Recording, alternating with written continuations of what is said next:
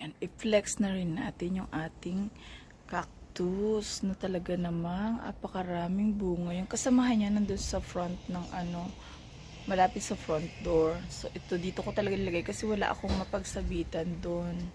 And as you can see, syempre spring na nga, ayan, nag-uunti na nagkakadahon ng ating kapunuan. So ayun yung nga yung bulaklak niya doon. So, ayan nga siya guys. Sama ko ng i-flex yung ating monstera na napakaganda. Tingnan nyo naman. Tapos meron tayong bisita. Ayan. So, medyo hindi ko na anuhan. Ayan, may sisibol na siya na panibago. Ayan. Napatama siya dito sa kaya Pero kita nyo naman ang laki ng pagkadahon. And then, ito rin. Ito, ang ganda rin. Ayan. So, bumubulaklak to guys. Parang tumagilid siya. Ayusin natin later on.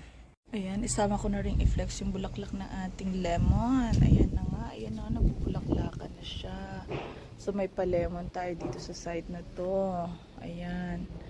Ayan. Kasama yung ating, repolyo. Ayan, may mga repolyo tayo dyan, guys. Ayan.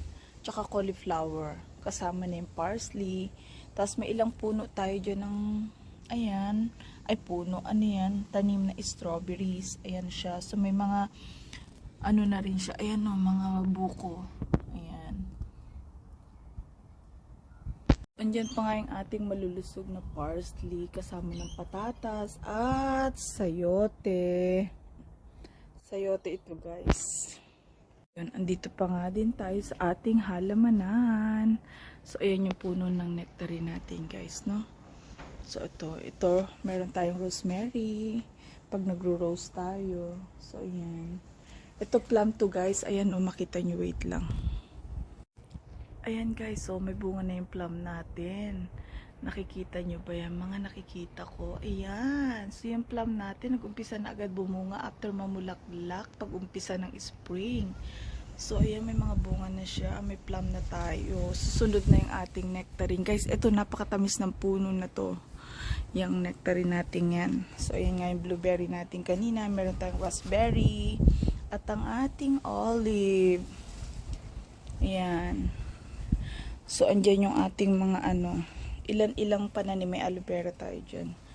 May ilan tayong mga pananim na strawberries. Ayan. So, may mga naman siya. May mga baby na.